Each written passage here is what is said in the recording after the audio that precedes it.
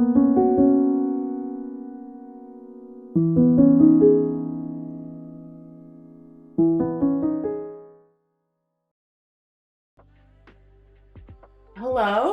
my name is Lyndi Knox. I am a clarinetist and clarinet teacher in the Seattle area. Um, I right now run a private studio of students, variety of ages from fifth, sixth grade beginners up through advanced adults. I also work at a couple colleges nearby and a couple youth orchestras and run kinder music classes for little kids as kind of like music education introduction. So I wear kind of a lot of different hats, but all surrounding mainly teaching and music, and then I freelance perform in the area as well. I also have an adorable cat who might join us at some point. His name's Maestro, and yeah, that's me. Okay. So why did you choose the clarinet, and why were you drawn to that instrument? Yeah, I chose the clarinet because my mom had played it, is the short answer. I think I was in third or fourth grade, and I found her old clarinet in the closet. It was this old LeBlanc that I got to play later, actually, and still have. But I was just obsessed with trying to figure out how to put it together and try to make sounds. And she found me doing that. Wasn't super happy because it hadn't been maintenance in years, so it actually was a little bit dirty and needed to be cleaned. I couldn't get out of my head after that. I was really into it. Then some of my friends were playing clarinet, so yeah, I was convinced. I remember going to a music like instrument selection night before going into fifth grade, which is about the age in my area that usually you can start a school band, and they tried to get me to try all sorts of different instruments to see what I liked, and I tried a couple brass instruments and drastically failed at buzzing, and then told them I wanted to go play the clarinet and went over to the clarinet table and rented a clarinet. So that's how that went. You mentioned that you still have that clarinet. Do you still play with it sometimes?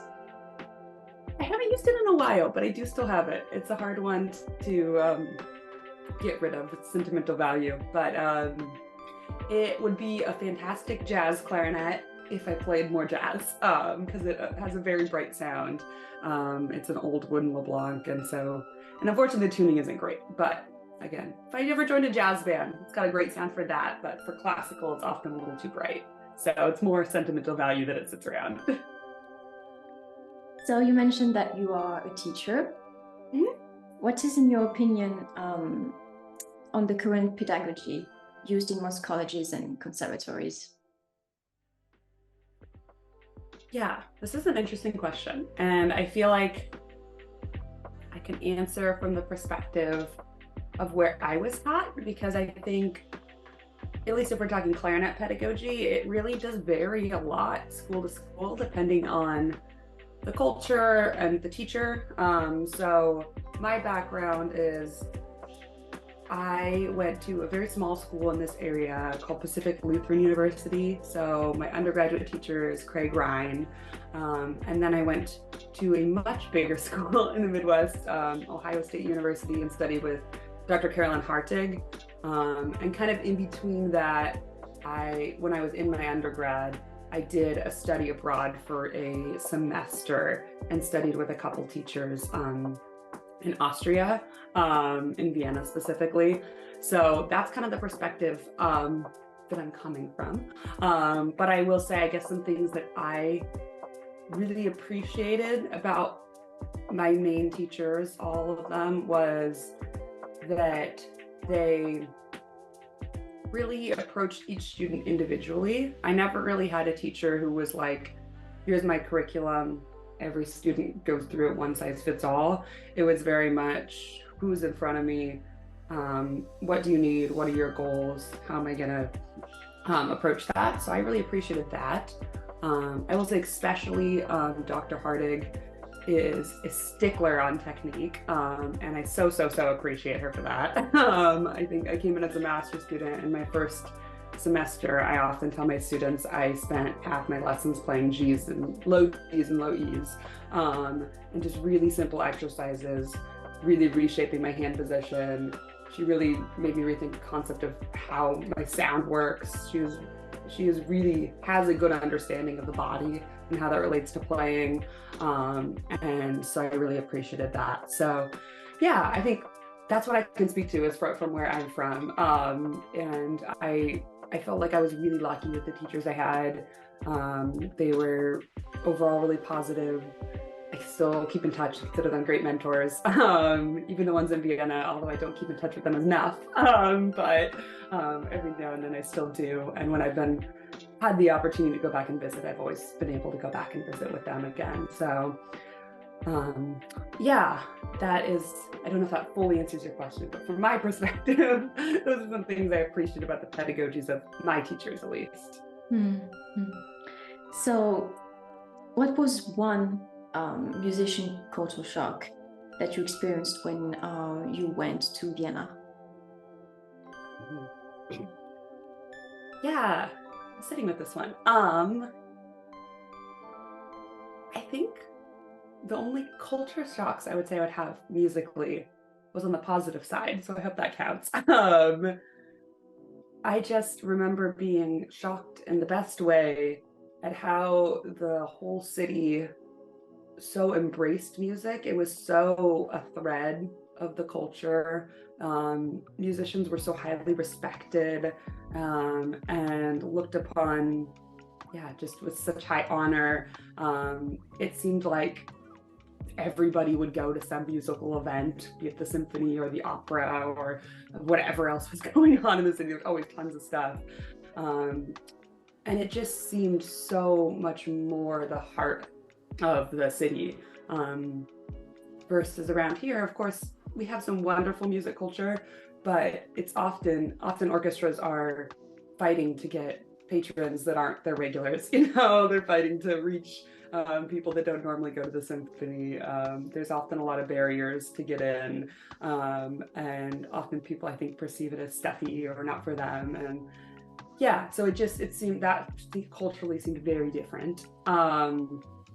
Just the respect, and by that coin, the level of playing is just extraordinary. And I mentioned just the amount of events constantly going on is also extraordinary.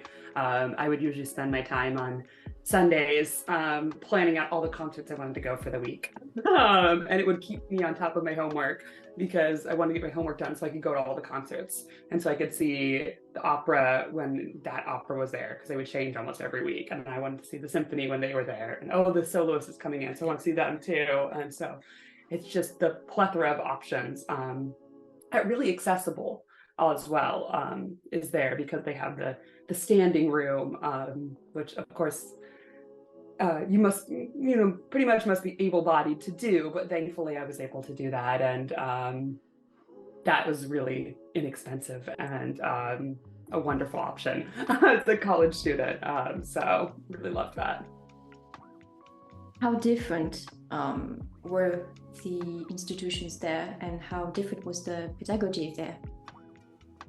Yeah, so my perspective there, I guess to give some context, was I traveled with a program called IES Abroad. So it was an exchange program. So I was traveling with other Americans, and we were kind of put in a school taught by mainly Europeans. But we were kind of all a core group of Americans studying together. So that was kind of the school I was at. It wasn't necessarily a Viennese school, but there was definitely a lot of teachers that were from the area. Majority of the teachers were from somewhere in Europe. But my main clarinet teacher there was Anthony Olveris, who actually also from America. He's American Austrian. So that was interesting because he had the perspective. He understood where I came from. His studies were in America, but then he'd also done some studies in Austria and lived there for quite a period of time. So that was quite interesting, studying with him. Other teachers I worked with there, where it came from more full Austrian perspective. So that was also cool to experience as well. And one of the biggest differences being that my lessons with Anthony were mainly in English, and my other lessons with teachers from the conservatory and whatnot that I took a handful from were all in German, which I was pretty proficient in, but definitely was my first time ever taking musical lessons in German. So that was a good challenge. But anyway, I will say, I think one of the biggest things I noticed difference in terms of private study, at least for clarinet, was there was a lot more, rather than verbal instruction, a lot more playing back and forth. And I think a lot more emphasis on the ear because of that. So it was much more common for teachers to, at least that I worked with, I would play something, and rather than saying anything, they'd pick up their clarinet and play it back, and they wouldn't say anything, and I'd play it again, and it would turn into kind of almost this duel of back and forth. And just listening for what are they doing differently, and what are they offering to me non-verbally, which I thought was really interesting. And that's different than most of my teachers I'd experienced here in the States. Many of them would play examples for me, but often I think there's more reliance on verbally explaining things and verbally discussing sound concepts. So yeah, I think that was interesting. I think that was the biggest pedagogy difference, just in terms of style of teaching, that I saw over there. Of course, I witnessed the conservatory system, but I was not in it. So I got to observe a couple of conservatory lessons, which I think also just structure-wise was different. They would have, here in America, at least in my training, most of the time it was students with teacher. When lesson's over, student leaves office, another student comes in, maybe you overlap for a minute.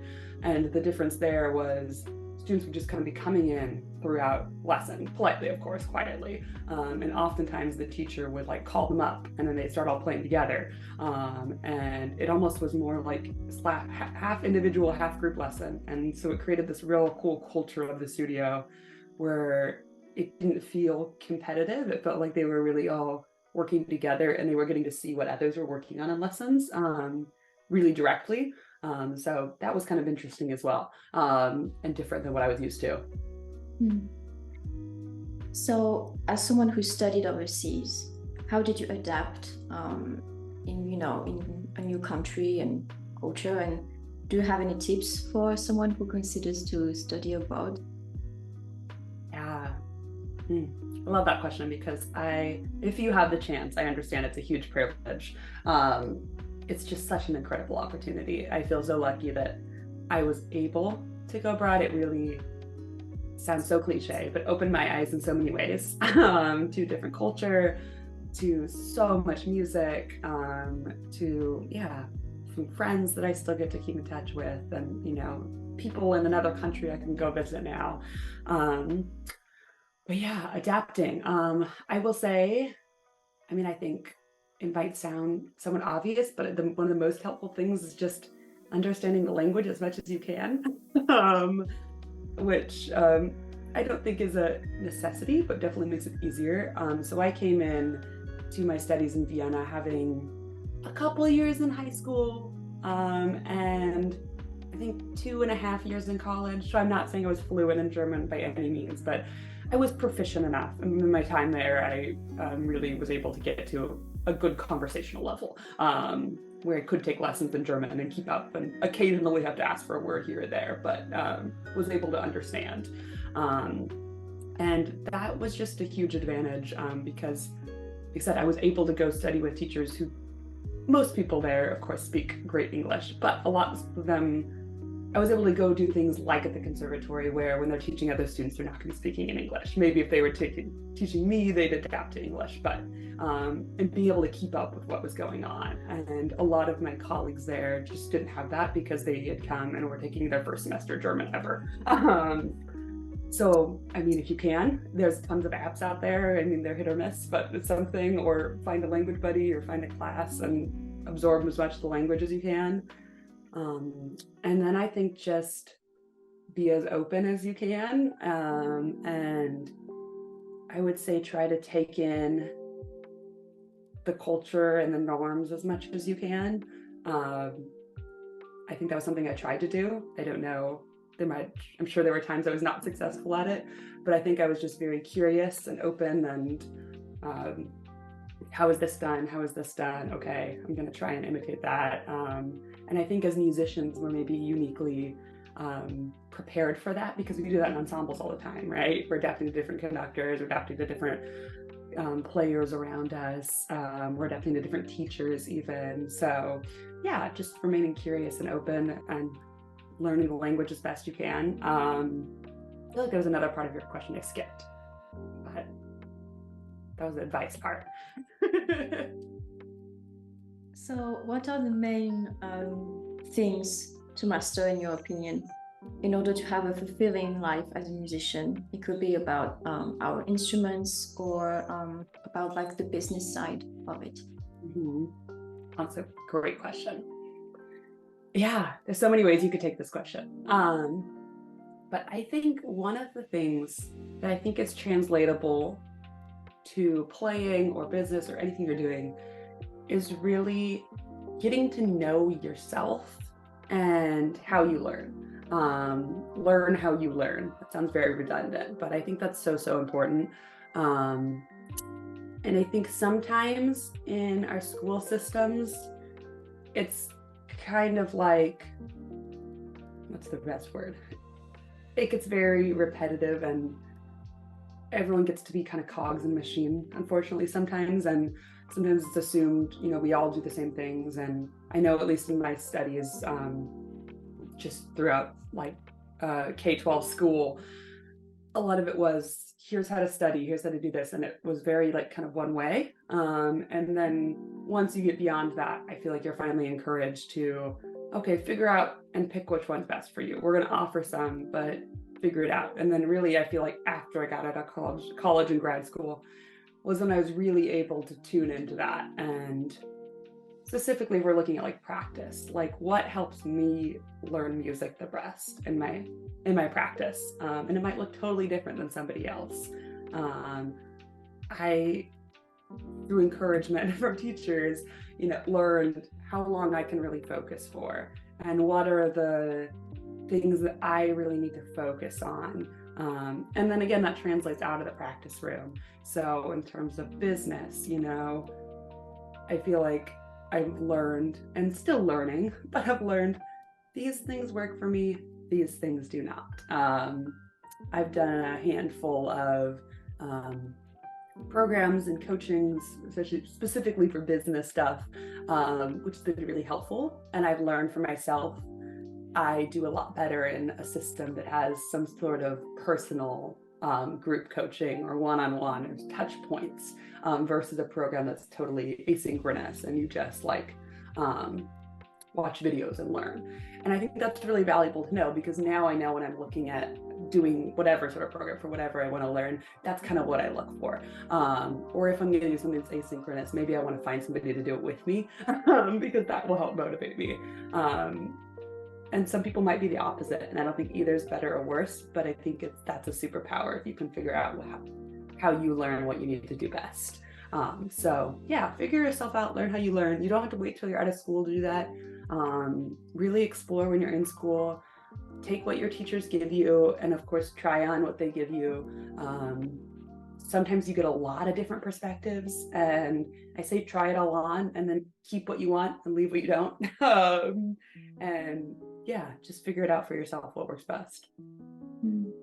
So what were these programs?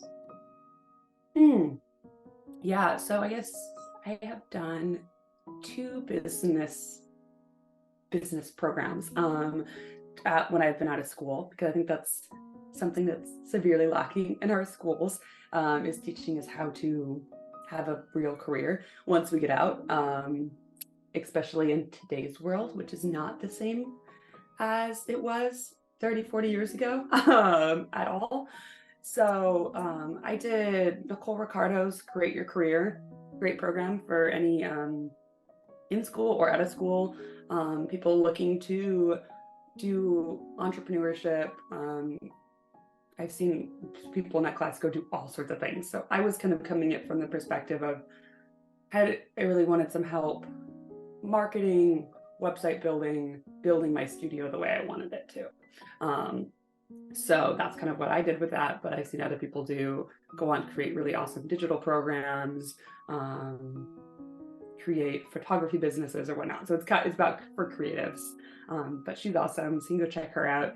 And then more recently, I did a more specific studio building program from Kelly Reardon, Outside the Box, which is really, really fantastic. And she really helped me to restructure some things in my studio, policy-wise, especially, and find ways to recruit new students that actually work and really are organic and true to myself and not salesy and markety and posting on things that never really worked or felt right to me.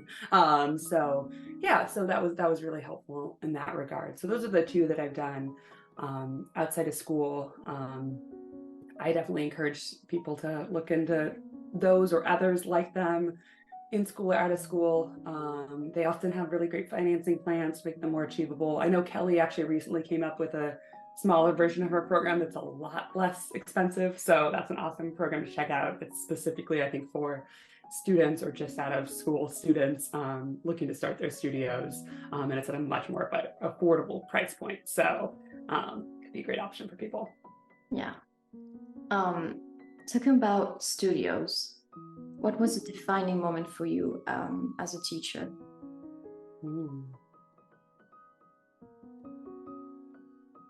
Yeah, good one. I feel like I am learning as a teacher every day. So it's interesting to look. It's always interesting to look back on. I've been, I guess, more full-time or working towards full-time teaching, which that means different hours for different people. I don't teach 40 hours a week, but working on my studio more full-time, I guess, is my definition of that. For about 3 years now. And it's so funny that each year I think I look back, I feel like I'm a totally different teacher. And I'm pretty sure that will continue. And I'm totally okay with that, because I think the beauty of teaching is learning as you go and adapting and getting better.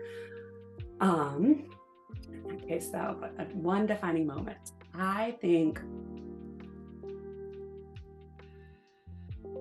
guess I'll just sing the praises of one of my students. I think I had a student recently who I'd worked with for about 3 years. They were my very first college student, so will always hold a special place in my heart. We started together during the pandemic in Zoom online for an entire year before we were able to meet in person. And then we did meet in person. We were 20 feet apart on stage, and so they just put up with all of that. But anyway, this past November or December, they gave a recital for completion of the program. Was for an AA degree, so kind of an introductory. It's like a first college degree, an associate's degree before they go on to get their master's. And yeah, that was just really, really cool. It was a really good a lot of learning moments for me as a teacher. And prepping a student for a recital, because that was a first for me. And there are things that I have learned that I will take with me next time, and I'm sure that I will learn for the next time as well. But everything from, just picking the right music for them, to really, how do I make them really prepared for that day? And it's interesting, because I know how that feels to be in that, but it definitely feels different to be the teacher. So how much encouragement do I need to give? When do I back off on the criticism and just hype you up so you feel really confident? How many run-throughs do I make you do? Just all the sorts of logistical things of how do I shape this to really set them up best? And then it was just a really proud moment watching them perform on stage. They did a really fantastic job and performed a really hard program, which is also something I've learned maybe to balance out my programs a little better, but they really excelled at it and did a great job. So that was really a special moment. So how do you actually prepare for an audition? Audition. Okay. Yeah. So I haven't taken a ton of auditions, professional auditions, that is. I've definitely done, school auditions and whatnot. But I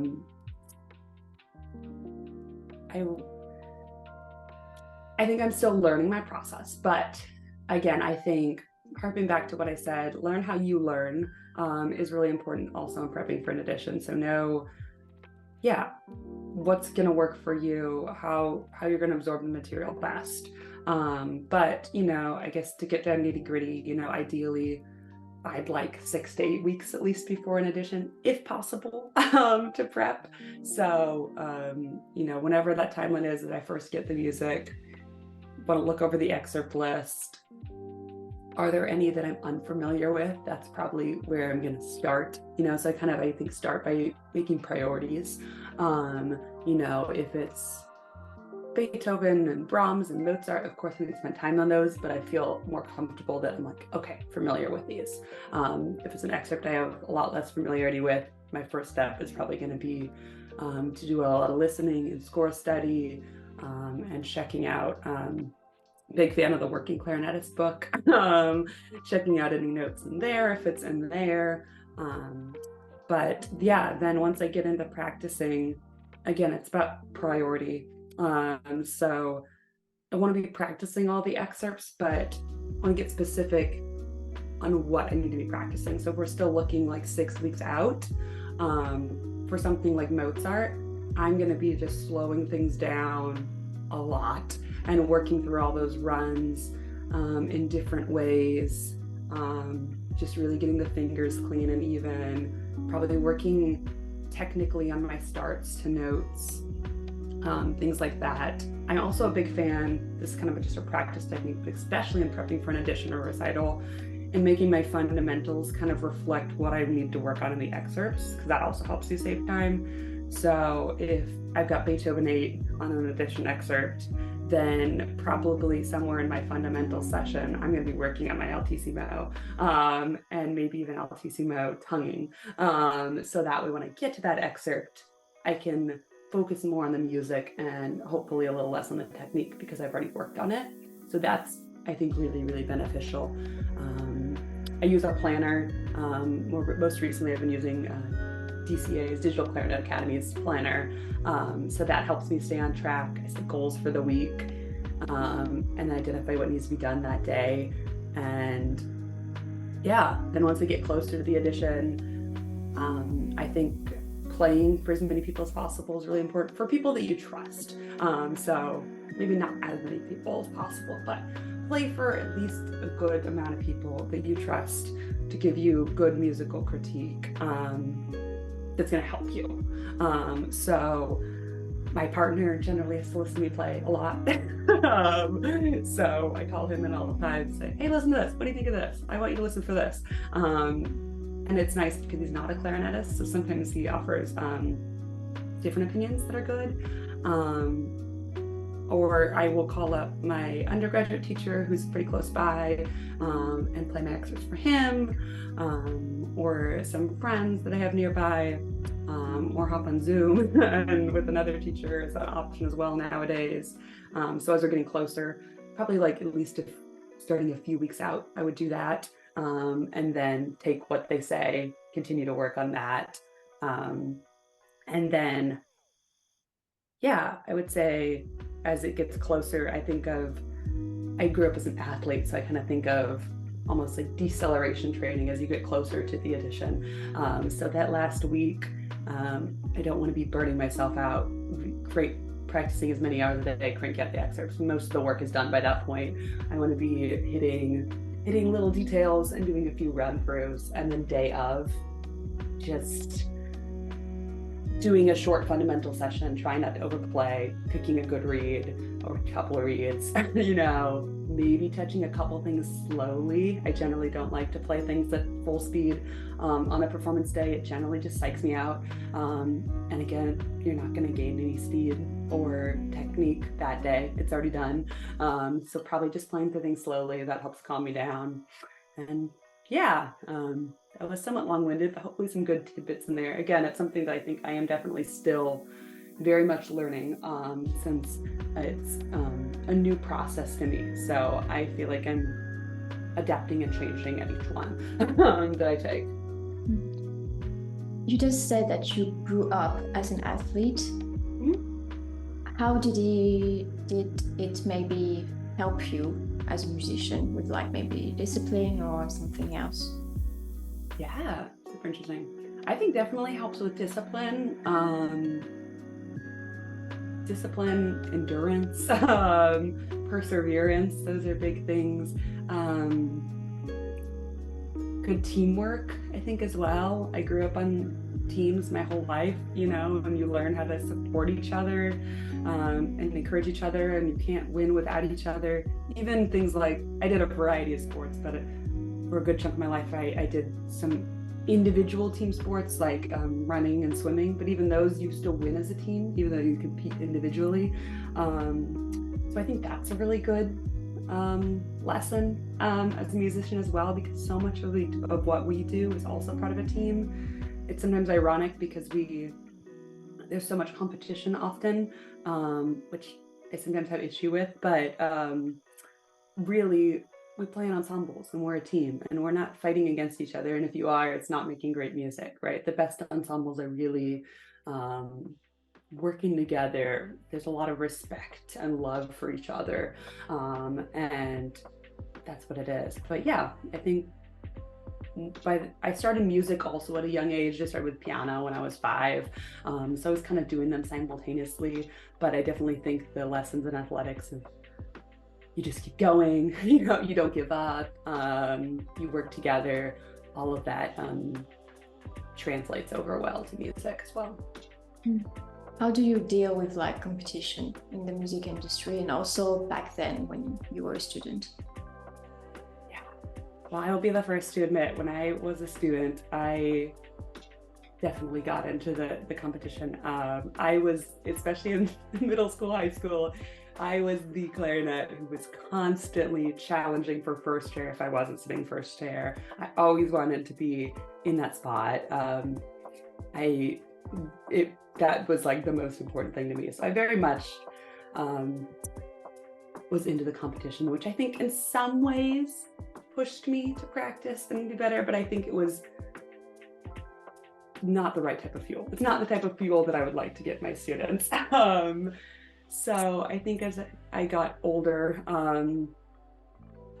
I learned that wasn't helping me, that I was more focused, which I think a lot of us can relate to. I wasn't able to like listen to my colleagues and appreciate what they were doing because I was constantly nitpicking if I could do it better, or trying to find what they were doing wrong to make myself feel better. And I won't lie, it didn't happen overnight that I got out of that. It was a long process, but I think a lot of it was finally once I got to grad school. One thing I really respect about Dr. Harding and the way she ran her studio was really trying to not foster a competitive vibe in that way. And I think I just kind of had an awakening or awareness of, I need to be able to listen and learn from these people around me, because there's so much to learn from them, whether they're younger than me or older than me, because there was a variety of both. I was kind of in the middle as a master's student. And yeah, it was challenging at first, but once I was able to start doing that, I felt like I gained so much more. And now, I won't say competition doesn't still come up, but I have much more fruitful musical experiences when I go into something and I don't approach it from I'm trying to be better than the person next to me, but how can I work with the person next to me? It's more fun. Is the bottom line of it. It's more enjoyable. I feel like I play better because I'm not kind of on edge. I feel like I'm not trying to be competitive. I'm a little on edge.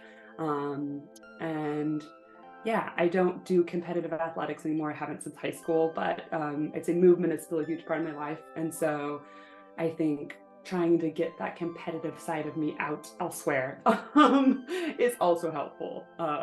So that's what I try to do now. How does the piano help you understand more about the clarinet?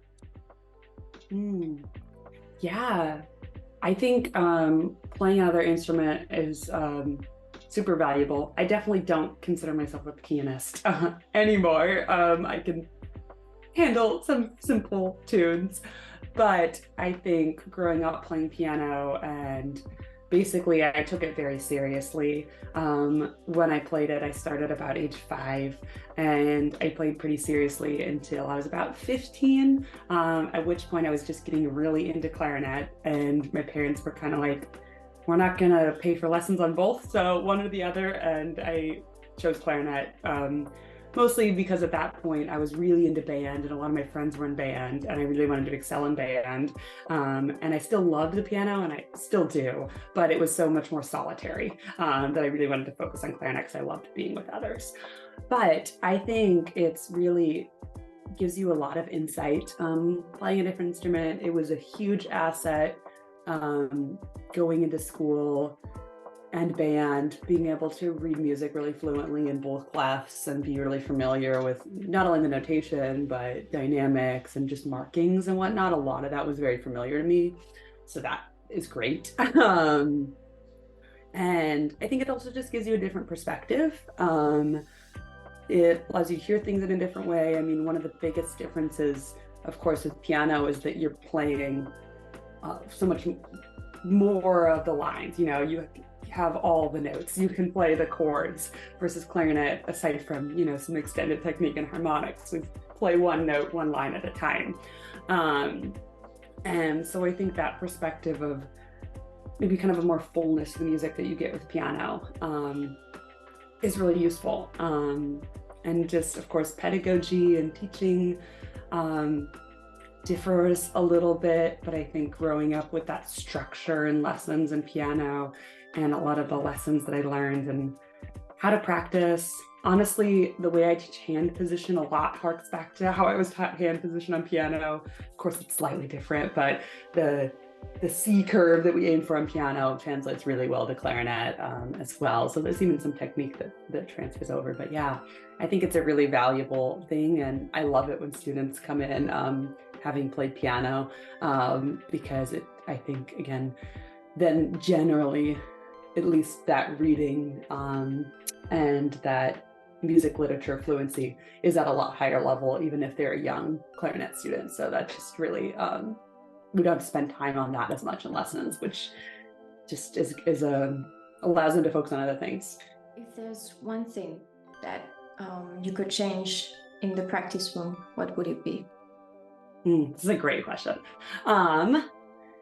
Yes, I think if there's one thing I could change, it would be, this is something influenced from Chelsea Tanner, especially. I'll call her out. I've done some coaching with her. She's awesome. But it is painting things so black and white, and probably the words good and bad, because often what we do is we play something and we say, oh, that was bad, and we start beating ourselves up about it. And we do that because I think a lot of our culture teaches us to be really hard on ourselves, and that's how we improve. And I think there's good intentions behind that message, but often what happens is we just start beating ourselves up, and then we probably, likely, this is what I've done a lot of times, end up in a cycle of just repeating it over and over until it's quote unquote good or better. But what we're missing, I think, is really what are we actually trying to change? And when we label something as bad, I think we really cut off a lot of that learning possibility, because who wants to, as soon as something is bad, like if somebody tells you you did something bad, are you going to want to really responsively listen to them and be really open to what they have to say? Or are you going to be sitting there kind of beating yourself up? For most of us, I think it's the second.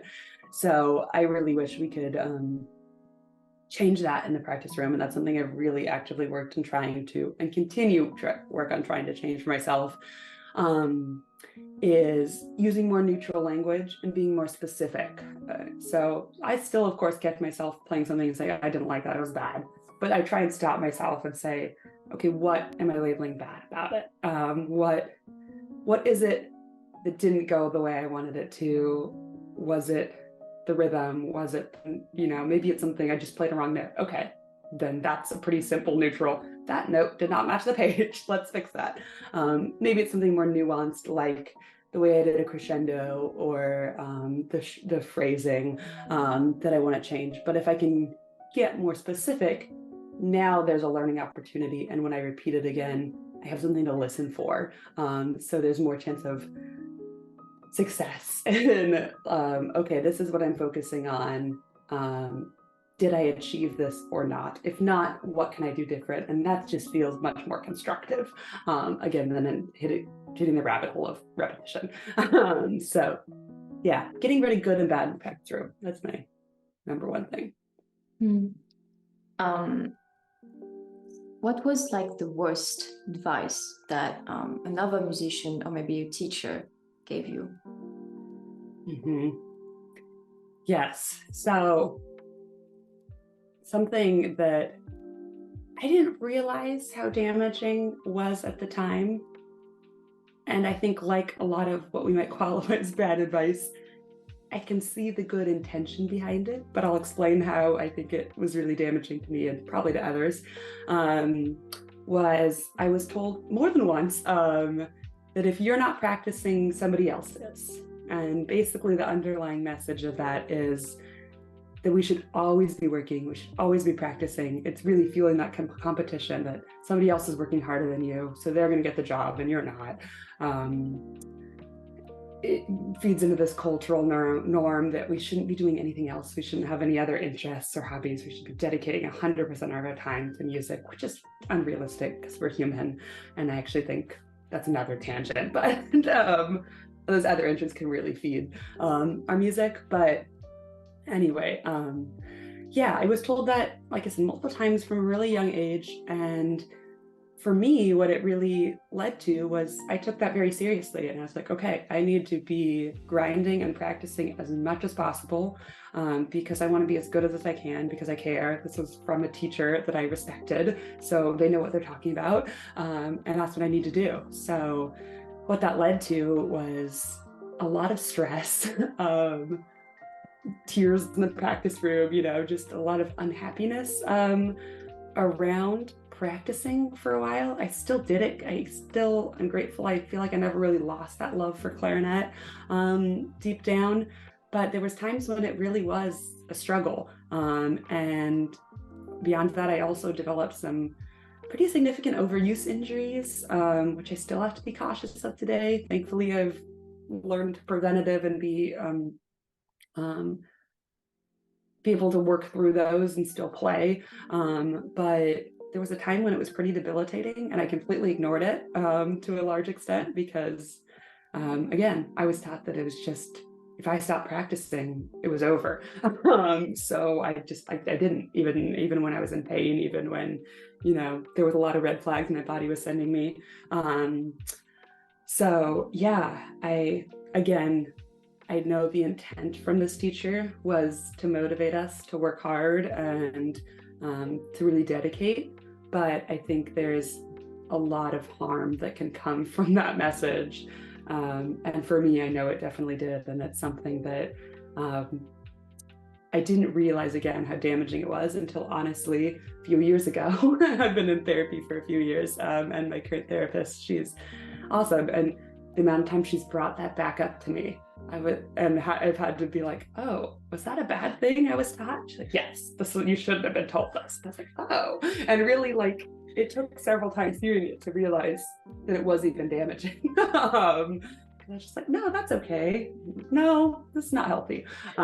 So yeah, I think that's the worst. I think other than that, like I said, I was really lucky to have, thankfully I never had a really toxic teacher. So it wasn't like I was constantly getting a slew of things, but that was just something that I think was specifically said by one teacher, but was really kind of permeated through a lot of teaching, because I think that's just society and culture and music.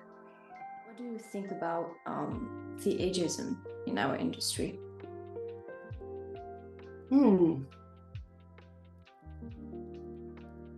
Yeah, I mean, I don't know if it's something that I have as much to say on, to be honest, but it may be something I should dive a little deeper into.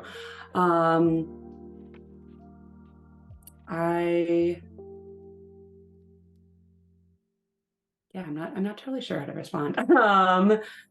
Definitely, I think there's of course a divide that we see where there's can be a lot of pressure to go through all these years of school and do as many competitions as you can and do all these things really young, which can be often really inaccessible to a lot of people for a variety of reasons. I was immensely privileged to get to do all the schooling I did and traveling and whatnot. But at the same time, I did not have the privilege that some others had to do a bunch of fancy music festivals and competitions in the summers, just because they're really, really obscenely expensive. And it wasn't something we could afford. So I think that, I guess on the young side can be an issue, that there's so much pressure to do it all when you're young. And there's a little bit of a stereotype that if you don't hit success by a certain age, you're done, which is also ironic though, because you look around at the orchestras and there's such a divide, and a lot of orchestras are dominated by a lot older people, and still often prevalently a lot older men, especially white men. Slightly changing, but that's still unfortunately a lot the case. So I think there's an issue there with the gap of really pushing young people to do all of these things by this quote unquote certain age, which is silly and doesn't really matter at all. But also, and get, maybe an orchestra job by a certain age, but also you look at the orchestras and there's not a lot of those 25-year-olds sitting in the seats occasionally, but a lot of times it takes longer than that. So yeah, I guess my thoughts on that are just that there's definitely a divide and a lot of pressure, which I don't think really makes any sense. Yeah. Going back to like practicing in concerts, how do you deal with stage fright, and how do you approach it as a teacher? Yeah, I think all of us deal with stage fright to some degree, and then of course it can get to the more serious level for some people as performance anxiety, which is of course a different can of worms. But yeah, I mean, I've definitely dealt with stage fright, dealt with nerves, and I think one of the short answers is, and this isn't everything, but part of it is, I definitely think the more prepared you are, the easier it gets. It's not everything, but I think it's a big chunk of it. If you're really well prepared, even when you get nervous, like those fingers, those muscles, everything you've trained are still there. If you're a little underprepared and you get nervous, I feel like that's often more when things go a little more awry. So really good preparation is something I encourage in my students. But I think beyond that, also preparation of trying to imagine, doing a little more mental and visualization. This is something I got from sport, especially when I ran track. We used to, on our way to meets, visualize your meet and visualize how you want everything to go, from how you want to walk out, how you want to warm up, how you want to walk out onto the blocks, how you like what you're thinking when you get into starting position, like how it feels to take off, visualizing all these things. I think that's really helpful for us as musicians as well. If it's a recital, what are you gonna do for your warm up? How early are you gonna get there? Are you gonna tune when you go on stage? How does it feel to walk on stage? Are you taking a bow? What does it feel like to play your first note? What does it feel like to play your last note? If we can do that, it kind of gets our brain in the sensation of performing. So I think it helps performing not be this scary other thing. Like, here's the practice room, here's performing. It starts to bridge that gap a little more. So I think that can be really helpful. In terms of playing for others, I think something, be that for recital, an audition, concert, whatever it is, something I try and remind myself a lot, and also remind my students, that no matter who's listening to you, even if it's an audition panel, they want you to do your best. If it's an audience member, they came to hear good music. They want to hear good music. Even if it's an audition committee, they want to get a good person. So they want you to do well and do well and play well. And I think often we think that they're wishing the worst on us, and I totally don't think that's the case. I think getting into that mindset can be helpful as well. And just so that's something I remind students often, is that hey, those listening to you, they just want to hear you play well. They're rooting you on. The mistakes that you make, because inevitably we all make mistakes, are going to be a lot more obvious to us than them. You do your best to just move on. That's also something we work on in preparation, right? But yeah, I think being really prepared, visualizing your performance space as much as you can, and remembering that everyone out there wants to hear you do well and is rooting for you as well, is probably what I kind of hark to. Mm-hmm. What is your processes from rehearsal to performance? Rehearsal to performance. Okay. Yeah. So I guess if we're talking more in like a group setting,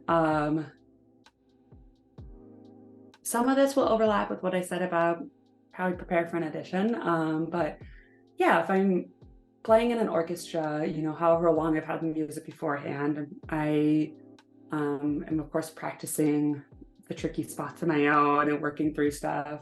Also listening a lot, doing a lot of score study. I make a lot of notes in my part of what I'm going to hear, especially if it's a piece I'm unfamiliar with, or haven't played with an orchestra before. Even if I'm familiar with, but I haven't played it in the orchestra before.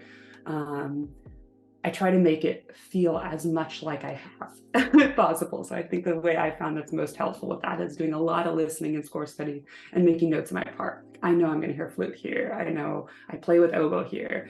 I know the trombone does this here.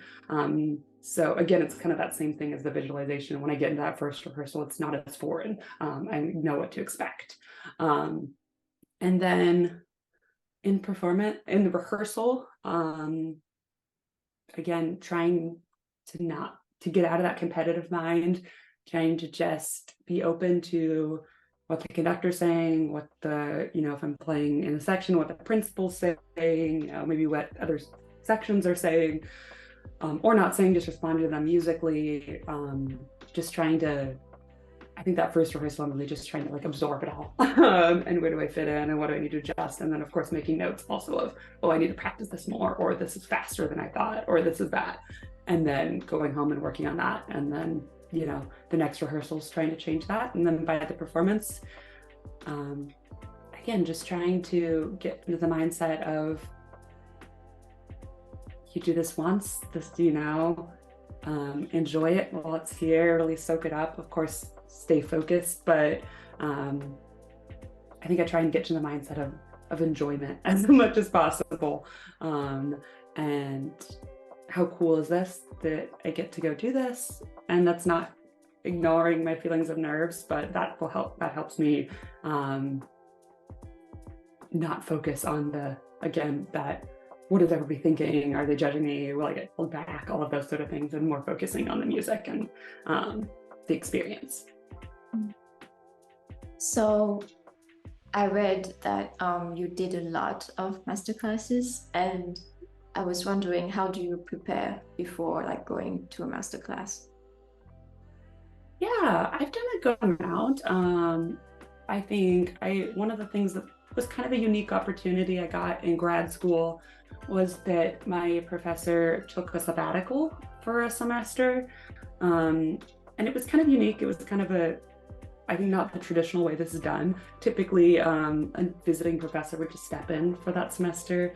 I don't totally know why that didn't happen, but instead what happened is we had a series of visiting teachers. So it was a really unique opportunity. We got to work with a ton of different clarinetists. And so she just had people come in for a week or two.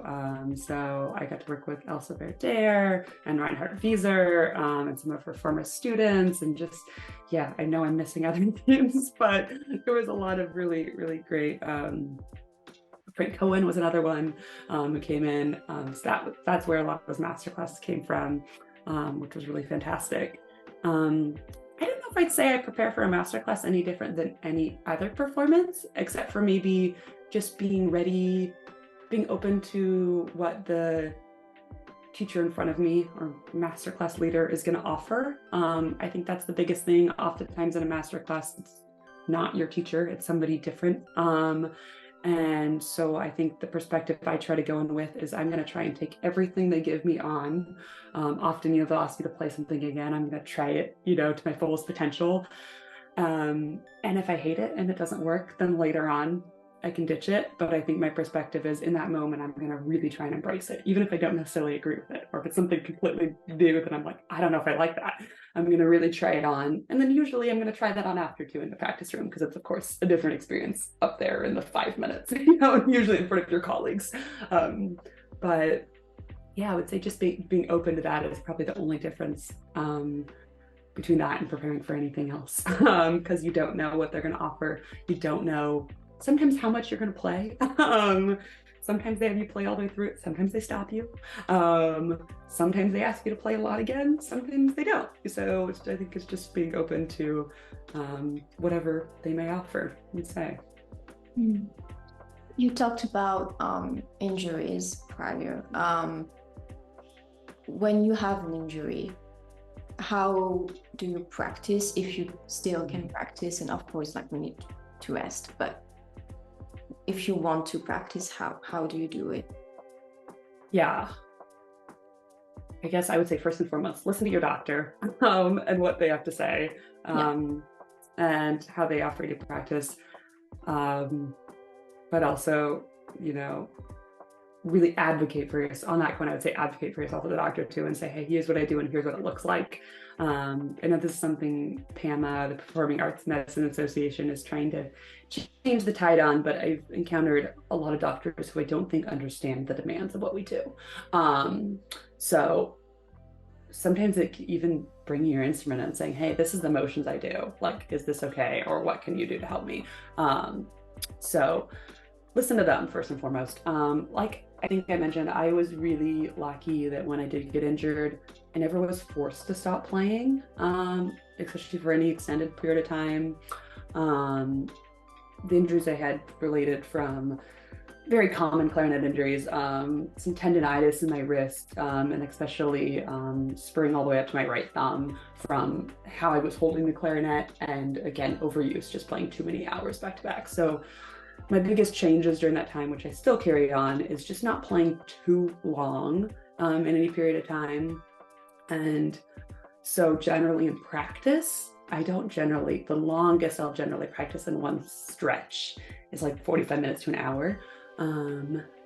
And if I have to practice more, or of course in a rehearsal when it's longer, just even little things I went to PT for a while for my hands, and just little things like getting the blood flowing. So in a practice break or in a rehearsal break, just dropping my hands, letting them stretch out so they're just not held in that position was really important to me. Stretching before and after playing, something that's really critical, and I didn't do enough before, but something I still do now. Also strengthening, that was something I couldn't really do so much at that time.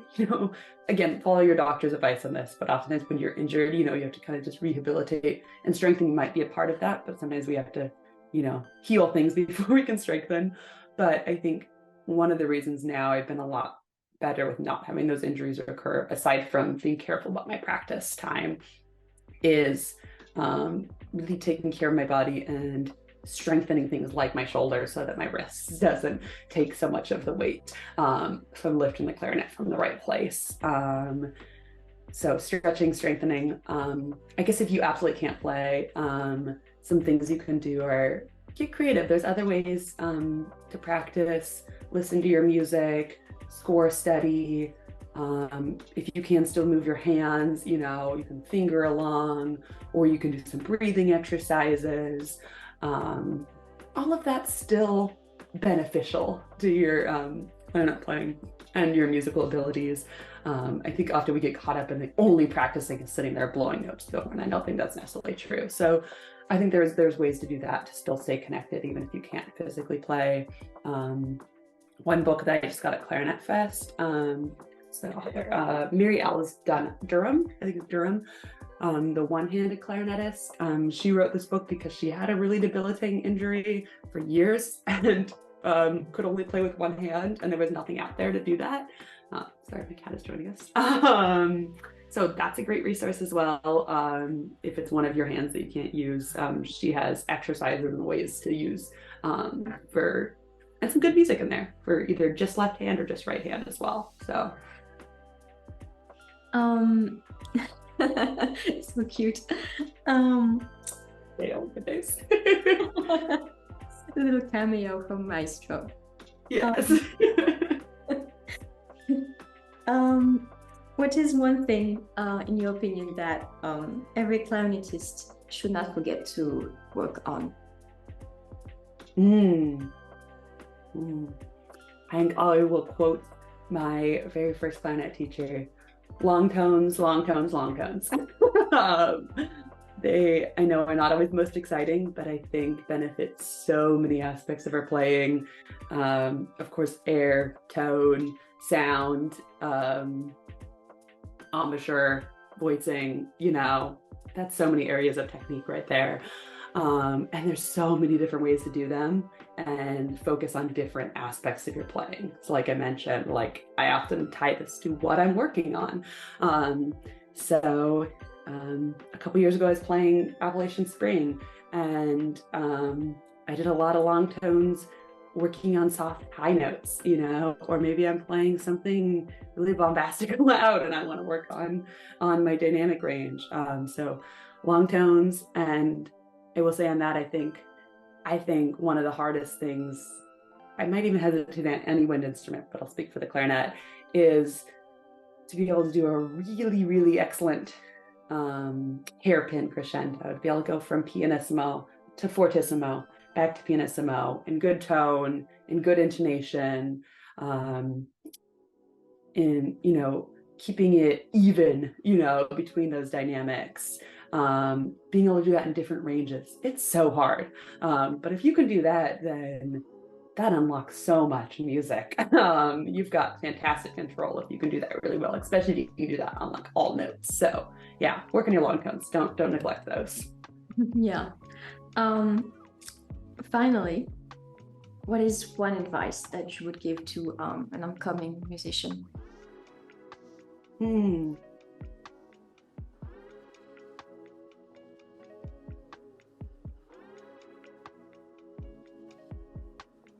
I think, sounds cheesy, but I would say be true to yourself, and